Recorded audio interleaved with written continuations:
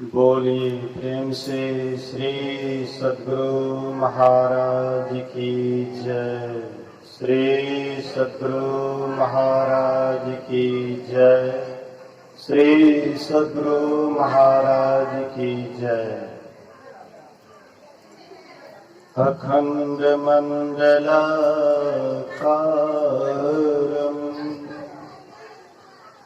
व्याप्तमेन चराचरं तत्पदं दर्शितं येन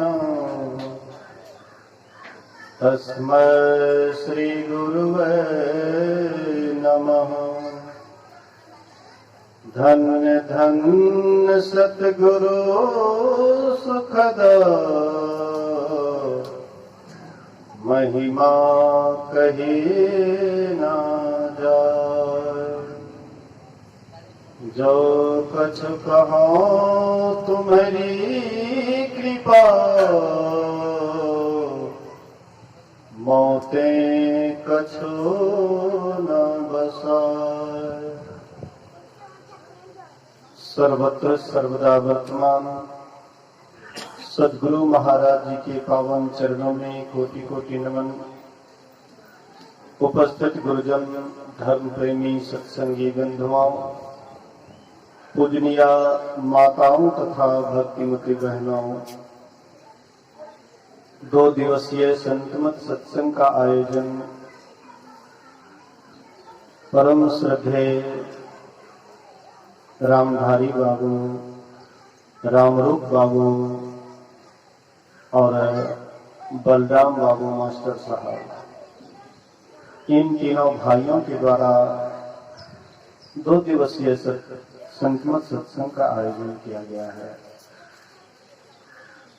प्रथा के अनुसार पिंडी कर्म भी हो रहा है और ऋषि मुनियों के द्वारा जो ज्ञान सदग्रंथों में है उसका भी हम आप 2 रोज से सुन रहे हैं। आखिर सत्संग की क्या आवश्यकता है? गोस्वामी तुलसीदास जी महाराज कहते हैं, बिनु सत्संग विवेक न होई, राम कृपा बिनु सुलभ न सोई। यहाँ पर ध्यान देने योग्य बात है कि बिनु सत्संग विवेक न होई। बिना सत्संग के विवेक नहीं होता है। विवेक किसका नाम है? ध्यान से सुनिएगा तभी कुछ समझ में आएगा। हम लोग पढ़ लिख लेते हैं खूब, लेकिन जब व्यवहार का समय आता है, जब व्यवहार का मौका आता है, तब हम व्यवहार से गिर जाते हैं। आखिर कारण क्या है? पढ़ते हैं हम, पढ़ लिख करके बहुत डिग्री हासिल कर लेते हैं, लेकिन व्यवहारिक ज्ञान का जब समय आता है तो उसमें हम नीचे गिर जाते हैं। आखिर कारण क्या है? अभी 10-12 रोज के अंदर की शायद घटना है। अररिया जिले तरफ एक लड़का लड़की के प्रेम में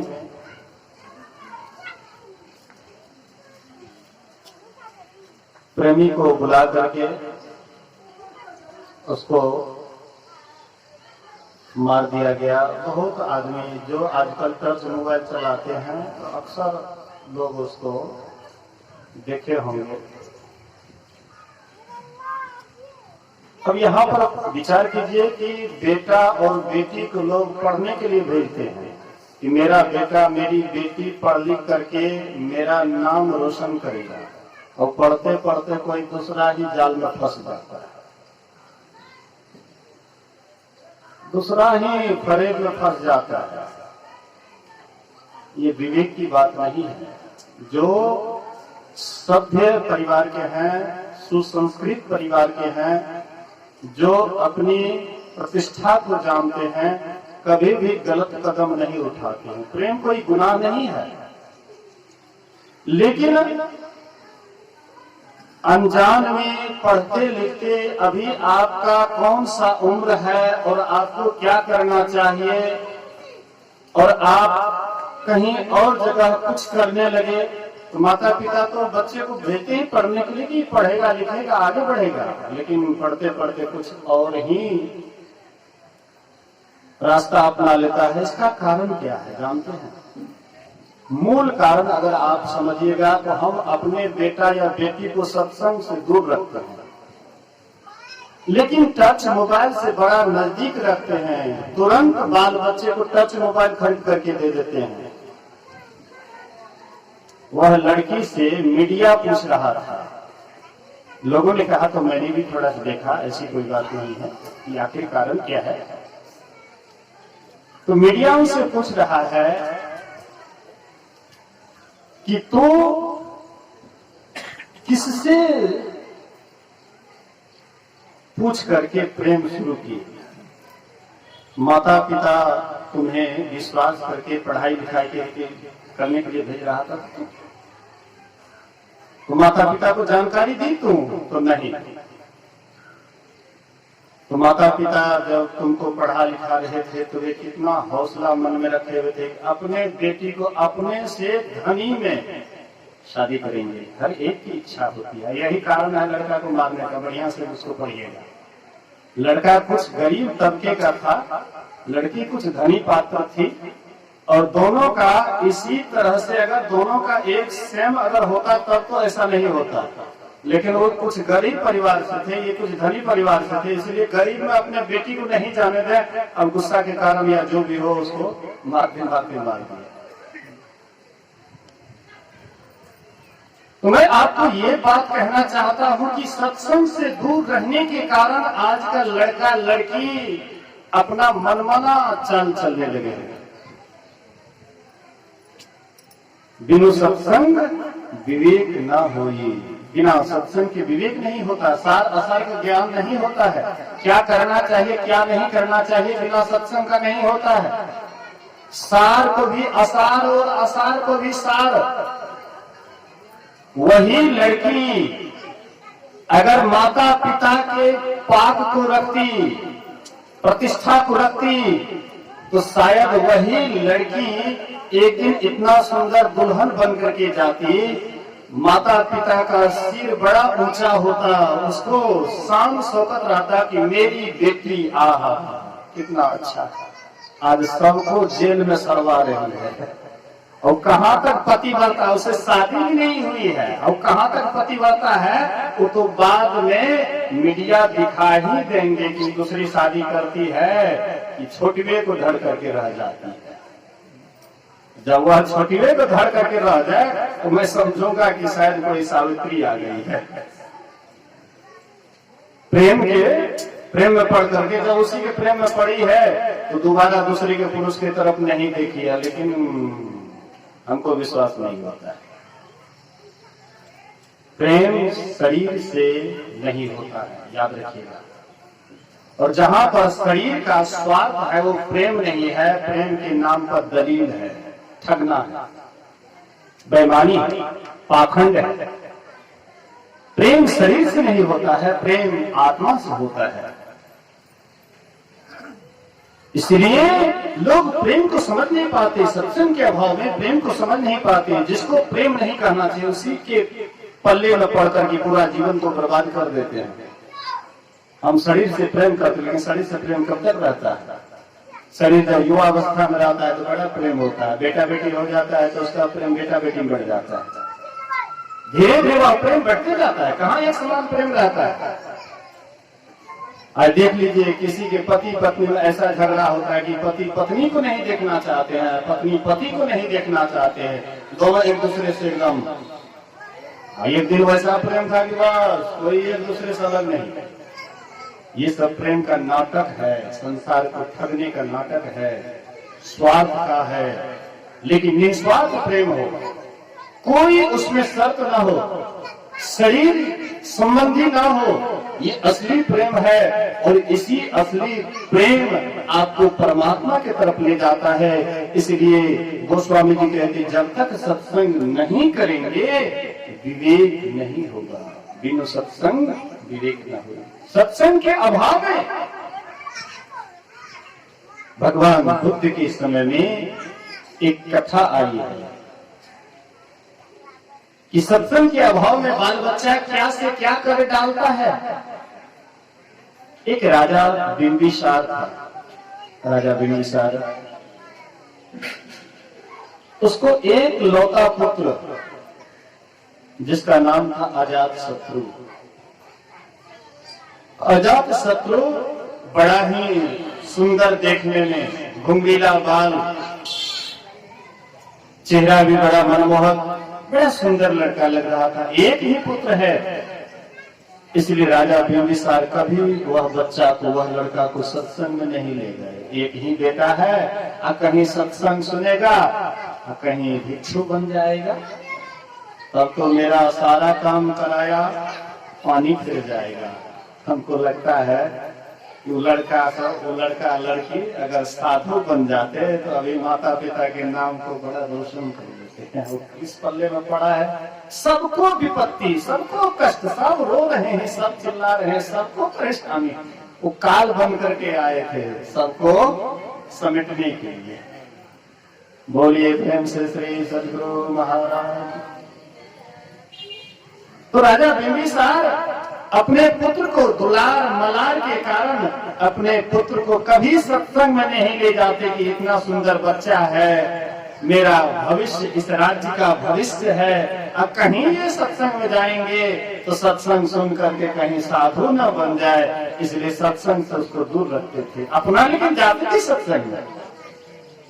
भगवान बुद्ध के सत्संग में राजा बिंबिसार स्वयं जाते थे, लेकिन अपने पुत्र को नहीं ले लेकर के जाते। संजोग से वही पुत्र अभी युवा भी नहीं हुआ था ठीक से, मौज का रेखा भी बढ़िया से नहीं आया था, अभी वह पढ़ाई ही कर रहा था कि अचानक एक दिन राजा बिंबिसार सिंहासन पर बैठे हुए थे और वह अजात शत्रु सामने में आता है, कहता ए बुढ़ा।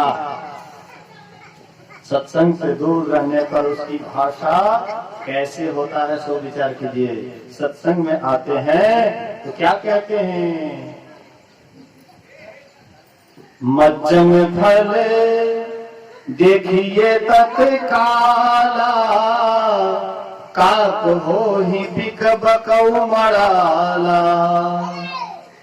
इस तीर्थ में, इस सत्संग रूपी तीर्थ में मज्जन करने का तत्काल फल होता है कि कौवा कोयल हो जाता है। अर्थात जो कटुवादी है, कटुभाषी है, जिसके वाणी में कटु ही कटु भरा हुआ है, कहते हैं कि वह भी मधुरभाषी हो जाता है। कौवा कोयल हो जाता है। कौवा और कोयल दोनों एक ही रंग के होते हैं। कौवा भी काला और कोयल भी काला।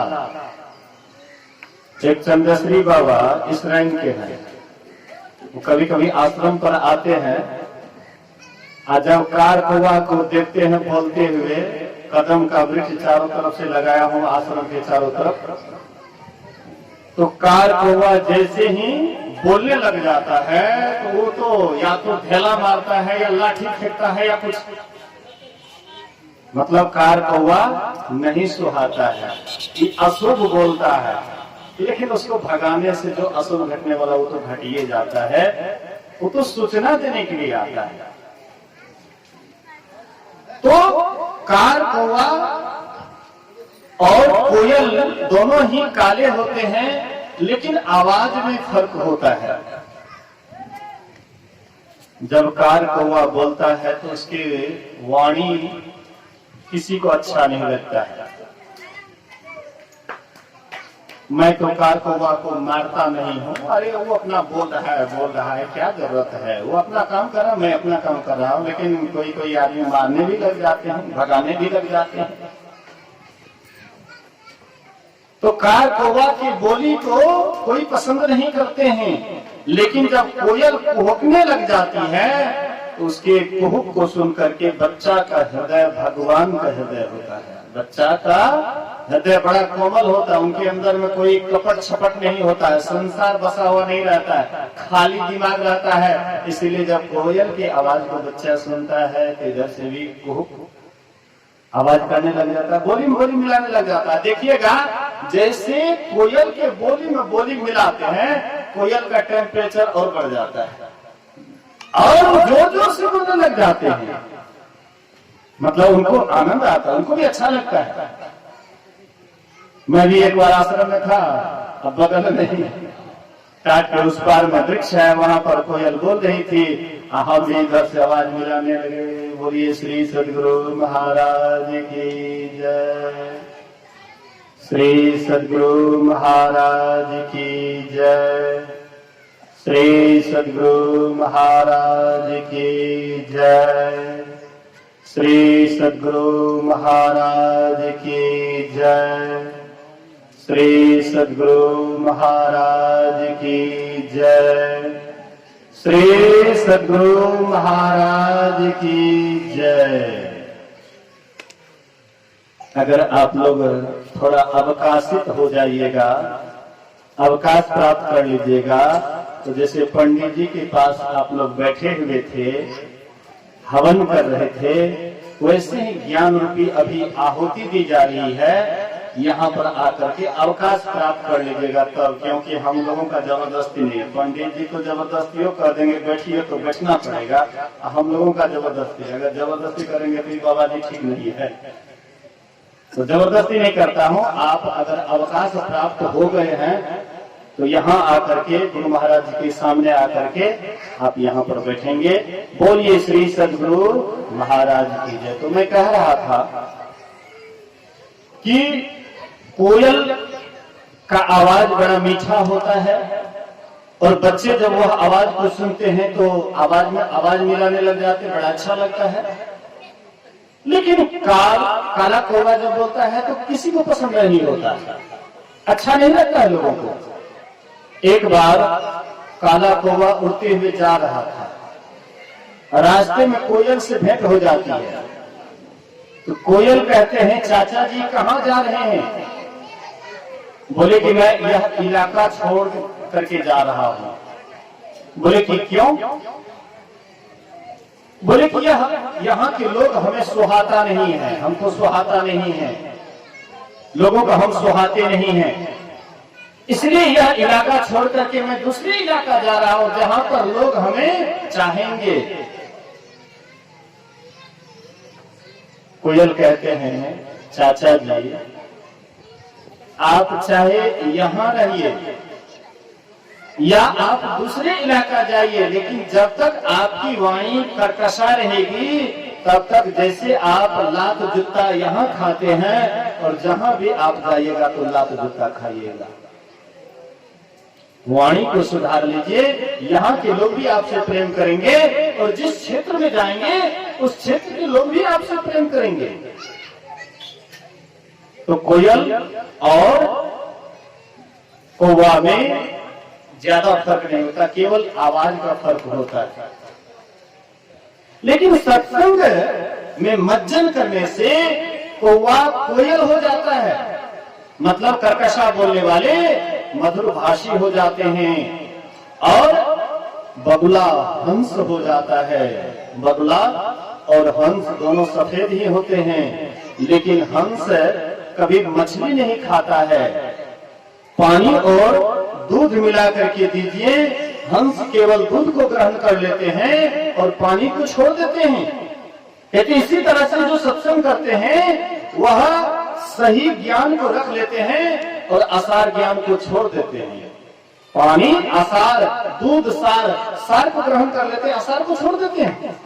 लेकिन जो सत्संग करते हैं उसी के पास यह विवेक होता है। लेकिन सत्संग काहे के लिए करेंगे? हम अपने बच्चे या बच्चे को सत्संग करने का विचार क्यों देंगे? क्योंकि सत्संग से तो पैसा कमाया नहीं जाता है, पैसा इसमें तो नौकरी नहीं मिलती है, इसमें तो तनख्वाह नहीं होता है। अगर नरेंद्र मोदी अभी सत्संग करने वाले पर अगर तनख्वाह जोड़ दिया जाए तो सब कोई पूरा दुनिया के लोग सत्संग करने लग जाएंगे। बोलिए श्री सद्गुरु। न करेंगे। तनख्वाह अगर जोड़ दिया जाए, जैसे उधर भौतिक पढ़ाई करते हैं तो भौतिक पढ़ाई के साथ कोई नौकरी करते हैं, पैसा मिलने लग जाता है, इसलिए माँ बाप जी जान लगा देता है कि मेरा बेटा इंग्लिश मीडियम में पढ़ करके कुछ बन करके आगे पैसे कमाएगा। लेकिन अध्यात्म ज्ञान में भी अगर डिग्री मिलने लगे और यहाँ से भी लोगों की बहाली होने लगे और यहाँ पर भी तनख्वाह मिलने लगे तो हम आप भी जी जान लगा दीजिएगा इसमें। बाप बड़ा ना भैया, सबसे बड़ा रुपया। इसीलिए बाल बच्चा को सत्संग नहीं करने देते क्योंकि रुपया नहीं मिलता है, लेकिन ज्ञान मिलता है, इसे इसका हमें विश्वास नहीं। उसके जीवन का सुधार होता है, इसका हमें विश्वास नहीं। इसलिए राजा बिंबिसार अपने पुत्र को सत्संग में नहीं ले जाते थे। परिणाम हुआ कि राजा बिंबिसार का पुत्र अभी जवान भी नहीं हुआ था, एक दिन सामने आता है पिता के सामने और कहता, ए बुढ़ा, अब तो बहुत दिन तक इस सिंहासन पर बैठ गया, अब इसको खाली करो, हम इस पर बैठेंगे। राजा बिंबिसार कहता, बेटा ऐसे क्यों बात कर रहा है, ये तो तुम्हारा ही अधिकार है इस पर। अरे भविष्य में तुम ही राजा बनेगा, इसमें दूसरा तो कोई है नहीं, तुम तो अकेले भाई हो, फिर ऐसा कहेगा? बोले कि मैंने कहा ना, जो उतरोगे या तुम्हारे हाथ को पकड़ करके उतारूं, सिर पर से मुकुट रखो या उतारना पड़ेगा, बोलो। देखा राजा बिंबिसार कि अब मेरा चलने वाला नहीं है, तुरंत वह राजमुकुट उतार दिए।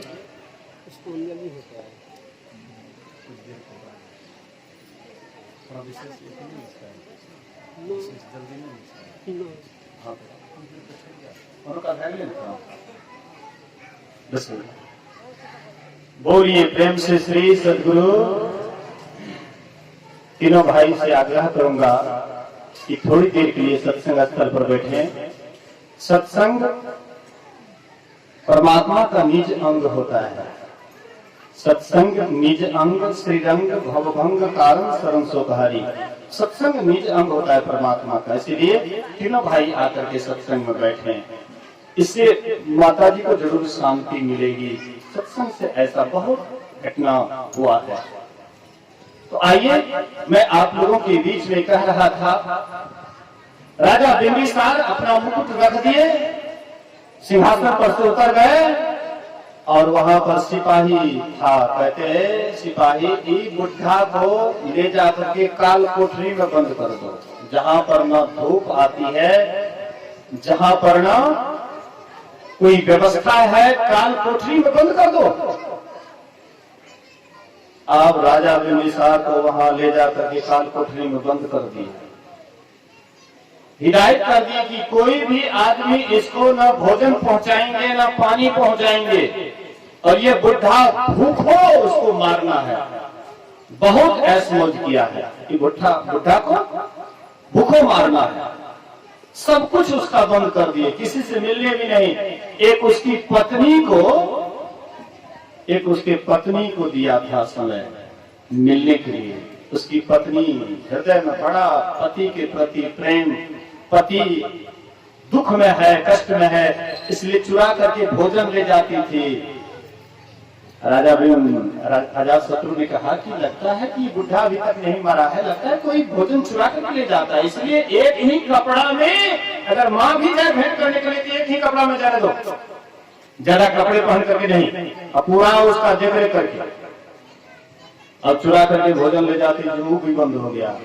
तब वह बेचारी क्या करती थी, पैर में मधुस लगा करके ऊपर से सत्तू साट लेती थी, तब जाती थी। उनके पति जो वह पैर को चाट करके रहता था, लेकिन कितना दिन तक गाड़ी चलेगी बिना पानी और बिना भोजन का। लगभग 1-2 साल नहीं हुआ, राजा बिंबिसार एक दिन दम तोड़ दिए उसी काल कोठरी में। जब उसका दम टूटा और उसी दिन अजात शत्रु को पुत्र की प्राप्ति हुई, तो संदेश वाहक वो आए और बोले कि महाराज दो संदेश है, एक शुभ और दूसरा अशुभ। महाराज कौन संदेश पहले सुनना चाहते हैं, शुभ या अशुभ? कहते हैं कि पहले शुभ संदेश सुनाओ, बाद में सुनेंगे अशुभ संदेश, पहले शुभ सुनाओ। बोले कि महाराज को पुत्र रत्न की प्राप्ति हुई है। अजात शत्रु जैसे सुना कि मुझे पुत्र हुआ है, पूरा राज्य को दुल्हन की तरह सजाए, पटाखे लगवाए, रोशनी जलवाए, इस तरह से इतना मतलब वहां पर सुंदर दृश्य किए, प्रजाओं को मिठाई बांटे, जिसको जो खाना पीना है आजाद कर दिए सबको, सबके सब आजाद रूप से खूब खाए पिए, ऐश मौज मनाए, शराब दारू ताड़ी जो जैसे था उसके लिए वैसी व्यवस्था, पूरा बाजार एकदम फ्री, खूब उत्साह मनाए, दिन भर खूब खुशहाली मनाए। जब शाम का समय हुआ तब कहते हैं अजातशत्रु की जो अशुभ संदेश था वो अभी मैं सुनने के लिए चाहता हूँ, सुनाओ अशुभ संदेश क्या है। बोलिए श्री सद्गुरु, सुनाओ अशुभ संदेश क्या है। बोले कि महाराज के पिता का देहांत हो गया है, महाराज के पिता का देहांत हो गया है। इतना जो सुना अजातशत्रु मन में विचार करने लगा कि काश एक दिन मेरा भी जन्म हुआ होगा, मेरे पिता भी पूरा राज्य को दुल्हन की तरह सजाए होंगे और इसी तरह से पूरी प्रजा में खुशहाली होगी। अब मैं कैसा नालायक पुत्र निकला कि जिसको तड़पा तड़पा करके काल कोठरी में मरवा दिया। मेरे जैसा पापी संसार में शायद ही कोई होगा।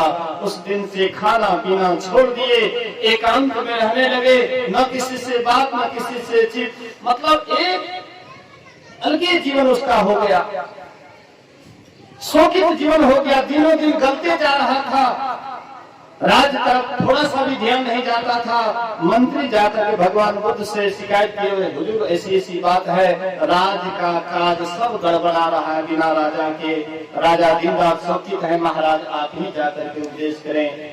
भगवान बुद्ध आए, अजातशत्रु से कहते क्यों तुम शोकित हो रहे हो। बोले महाराज ऐसी ऐसी बात है। बोले कि इसमें तुम्हारी गलती नहीं है, इसमें तुम्हारी गलती नहीं है, तुम्हारे पिता का गलती है। पिता तुमको कभी भी सत्संग में नहीं ले गया, तो अच्छे संगति में नहीं जाएगा तो कुसंगति में तो जाएगा ही। महात्मा के संग में सत्संग करने के लिए लड़का लड़की नहीं आएगा तो फिल्मिस्तान के हीरो हीरोइन से तो उसको भेंट होने नहीं करेगा, उससे तो उसको प्रेम बढ़ने नहीं करेगा। और जो हीरो हीरोइन के व्यक्ति को देखेंगे, सीन को देखेंगे, प्रेम प्यार का सीन देखेंगे, तो लड़का लड़की क्या करेगा, पढ़ाई करेगा, माँ बाप के नाम तो रोशन करेगा, ले जाकर के एक दिन सबको नरक में डाल देगा। अपना तो नरक में जमा करेंगे और पूरी फैमिली को ले जाकर के नरक में डाल देंगे। लेकिन वही अगर सत्संग करेंगे तो वह अपना भी जाएंगे परमात्मा के धाम और पूरा कुल परिवार को ले जाएंगे परमात्मा के धाम। यही है सत्संग करने से विवेक होता है। इसलिए संत महात्मा कहते हैं सत्संग करो। अभी हम आप सुन रहे थे जीवन मुक्त ब्रह्म पर चरित्र सुनहि तजी ध्यान, जे हरि कथा में करही रति तिनके ही पाषाण। जो जीते जी मोक्ष पा लिए हैं, मुक्ति को पा लिए हैं, वह भी समाधि को छोड़ करके सत्संग से प्रेम करता है, और जो सत्संग से प्रेम नहीं करता है उनका हृदय पत्थर के समान है, उनका हृदय पत्थर है। भगवान राम सभी प्रजाओं को बुला करके सबको उपदेश दे रहे हैं कि बड़े भाग्य से मनुष्य का शरीर मिला है। हम आप बड़भागी हैं कि हमें मनुष्य का शरीर मिला है। इस शरीर के लिए देवी देवता भी तरसते हैं, लेकिन परमात्मा की कृपा नहीं होती है, उन्हें मनुष्य का शरीर नहीं मिलता है। लेकिन हम आपको परमात्मा का दिया हुआ प्रसाद मिला है, लेकिन हम आप क्या कर रहे हैं इस मनुष्य शरीर से? हम आप क्या कर रहे हैं? कुछ नींद में, कुछ भोग में, कुछ आलस में खोया। जब आया समय मौत का तो सिर धुन धुन करके रोया। ध्यान का नाम लीजिए, नींद आ जाएगी। जैसे कहेंगे ध्यान पर सब आदमी बैठिए, पंखा लगा हुआ है, आराम से सो जाएंगे। ध्यान में बैठे पड़े से मन के तो लगे पड़े, आराम से सुतइए में निकला जाए। कुछ नींद में, कुछ भोग में बढ़िया बढ़िया भोग्य पदार्थ मिलता है। ब्राह्मण जो पुजाने के लिए आया है ना, पिंडी करवाने के लिए, उनके यहाँ श्राद्ध होता है तो लहसुन प्याज नहीं डालता है। हम आप देखिए ना, एकदम गोले गोले एकदम कर लिए देखे थे, छिट्टा में भरा हुआ था। ब्राह्मण के यहाँ श्राद्ध क्रिया में लहसुन प्याज नहीं चलता है। हम आप एकदम मेहमान या दूर दूर से थे, ओकरा बिना लहसुन प्याज के देवे थे, कहीं वो नाराज भा के नहीं चल जाए। ऐसी ज्ञान, इस तरह का ज्ञान, अरे उनसे भी तो सीखिए, उनसे पूजाते हैं, उस पर विश्वास है, उसी का बात मानिए। महात्मा का बात नहीं है मानिए, उसका भी बात मानिए, वो क्या करता है उसका भी तो थोड़ा देख रेख कीजिए। लेकिन हम आप किसी का देख रहे, अपना ही मन माना चलते हैं। भगवान राम कहते हैं ये दुर्लभ शरीर सुलभ हुआ है, ये दुर्लभ शरीर हम आपको प्राप्त हुआ है। बहुत पुण्य की पूंजी थी, इसलिए परमात्मा कृपा करके 84 में भ्रमण कर रहे थे। कभी कुत्ता, कभी बिल्ली, कभी सांप, कभी छुछुंदर, कभी पेड़, कभी पौधे, इस तरह से कई योनियों को प्राप्त किए हुए भ्रमण कर रहे थे, घूम रहे थे और जन्मते मरते नाना प्रकार के दुख को झेल रहे थे। परमात्मा देखते, आहा ये जीव को बड़ा कष्ट हो रहा है, जन्मते मरते 84 में भ्रमण करते हुए बड़ा दुख हो रहा है, क्यों नहीं इसको एक अवसर दिया जाए ताकि मेरा भजन करके मेरे पास आ जाए, सभी दुखों से इसको छुट्टी हो जाए। परमात्मा कब हुक करी करुणा नर देही, अदेख इस बिनो हेतु स्नेही। अकारण, बिना कारण के अकारण ही स्नेह करने वाले परमात्मा कभी हमें मनुष्य का शरीर देता है। लेकिन हम आप ये मनुष्य शरीर का सदुपयोग नहीं, दुरुपयोग करने लग जाते हैं। देवी देवता से हम लोग, देवी देवता से हम लोग बहुत भूले मिले हैं। देवी देवता का बहुत पहले से पूजे ले, हमें छोड़ देवे। जो करे पुरखा वो करे मूर्खा। देवी देवता को भी जो शक्ति प्रदान करने वाले हैं, देवी देवता को भी जो शक्ति दे रहे हैं, उसी शक्ति का जो मेन पावर है उसी को आप पकड़ लीजिए। सदगुरु उसी से पकड़वाते हैं, उसी को पकड़वाते हैं और दूसरे को नहीं। जो पहुंचे हुए संत सदगुरु के चरण शरण में जाते हैं, संत सदगुरु परमात्मा से ही सीधे डायरेक्ट उसका कनेक्शन कर देते हैं। अब बहुत आदमी तो आजकल चालाक है, सोचते हैं कि काहे के लिए मनुष्य को गुरु बनाएंगे, डायरेक्ट ही परमात्मा को गुरु बना लेंगे। लेकिन परमात्मा आपको भेद बताने के लिए नहीं आएंगे। खाली ऊपर ऊपर वाला ज्ञान में आप दौड़िएगा, लेकिन भीतर वाला ज्ञान, आत्मा का ज्ञान कोई उस आत्मा को प्राप्त कर लेता है, वही आपको बतला सकता है। सूक्ष्म ज्ञान, सूक्ष्म जानकार ही बतला सकता है। लेकिन एरू गेरू जो सोचते हैं कि हम डायरेक्ट मैके पर भजन भेद देते हैं, वो भजन भेद क्या देते हैं? गहरा और गंभीर महात्मा समझते हैं कि तुम कैसे लोगों को भरमा रहे हो, एक छोटी छोटी बात में कैसे तुम भरमा रहे हो। गहरा ज्ञान तो तुम्हारे पास है नहीं, केवल ऊपर ऊपर तुम हिल रहे हो और दूसरे को भी हिला रहे हो। लेकिन महापुरुष के पास जाइएगा, जब वह गहरा ज्ञान आपको देंगे, आत्मा का गंभीर ज्ञान देंगे। ये आत्मा का ज्ञान सबके लिए सरल नहीं है। नचिकेता यमराज से वरदान में मांगे थे कि आप हमें आत्मज्ञान दीजिए। यमराज ने कहा था, हे नचिकेता, ये ज्ञान बड़ा गंभीर है, इसलिए वह तत्व ज्ञानी की खोज करो। यमराज भी नचिकेता को बोले कि वह तत्व ज्ञानी की खोज करो, जो उस आत्मा को गंभीर रूप से जानते हैं, जो उसको प्राप्त किए हुए हैं। ऐसे महापुरुष के शरण में तुझे जाना पड़ेगा।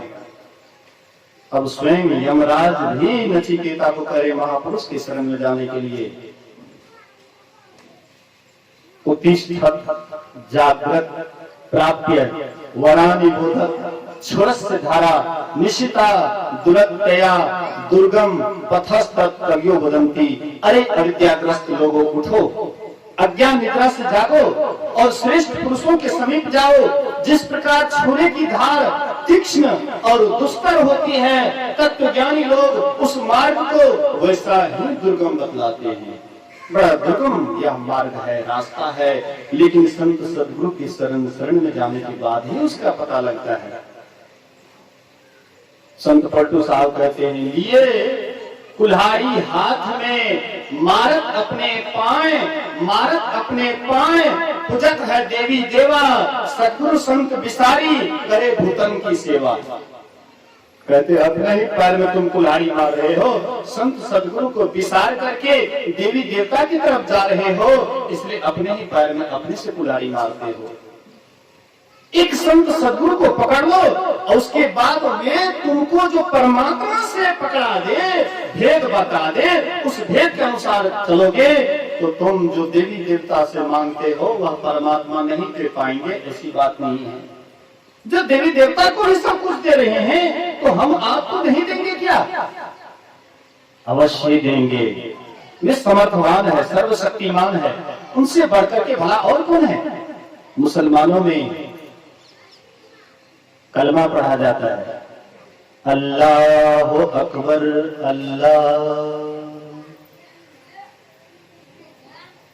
अल्लाह अकबर।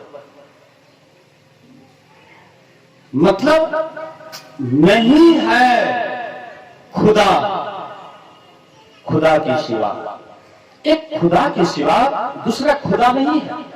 एक अल्लाह को छोड़कर के और कोई दूसरा अल्लाह नहीं है। आम हम हिंदू इतना देवी देवता की जितना 33 करोड़ लोग अभी 125-30 करोड़ की जनसंख्या में है, अब 35 करोड़ देवी देवता है, कितना को पूजेंगे? परेशान हो जाते, सही भक्ति नहीं जान पाते, संत सदगुरु के पास जाना नहीं चाहते, मनमना भक्ति करते हैं।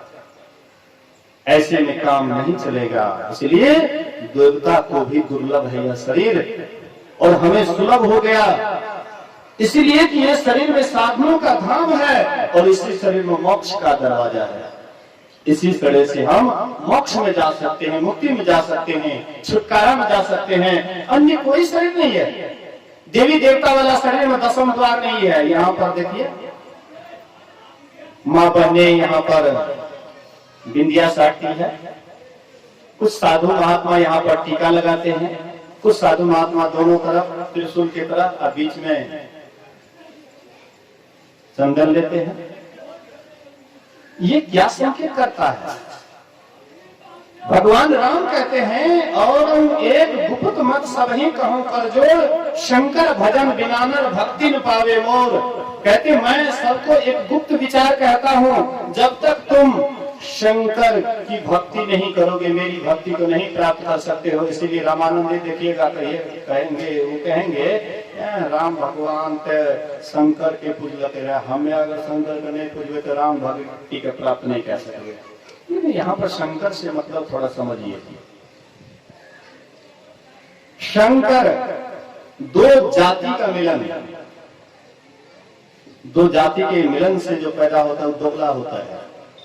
लड़का लड़की जो प्रेम कर लेते हैं दो जाति में, दो जाति में प्रेम कर लेते हैं तो दो जाति का जैसे मिलन होता है उससे जो पैदा होता है दोगला पैदा होता है, उसका बाल बच्चा दोगला होता है। सुनने में तो बड़ा खड़ा लगेगा, लेकिन करूंगा क्या? शास्त्र बतलाता है दोगला पैदा होता है। दो जाति के मिलन से जो पैदा होता है वह दोगला पैदा होता है और उससे धर्म का नाश होता है। धीरे धीरे धर्म मटिया मेट हो जाता है, सही धर्म से लोग नीचे गिर जाता है। यहाँ पर भी दो जाति है, एक है इंगला, एक है पिंगला, एक है गर्म, एक है ठंडा, एक है सूरज, एक है चंद्रमा, एक है निगेटिव, एक है पॉजिटिव। एक है माइनस, एक है प्लस। ये भी दो जाति है, यहाँ पर भी दो जाति है। और ये दोनों जाति का मिलन संत सद्गुरु जब आपको दृष्टियों की क्रिया बतलाते हैं, ये दोनों जो आपस में मिलता है तो यहीं पर परमात्मा का झलक दिखाई पड़ता है।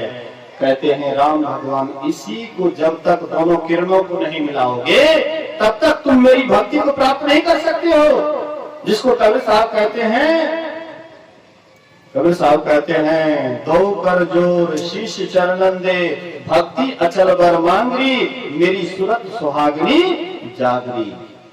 हे मेरी सूरत सुहागनी जागो, क्यों तू सोवत मोह नींद में, उठ के भजनिया में लागरी।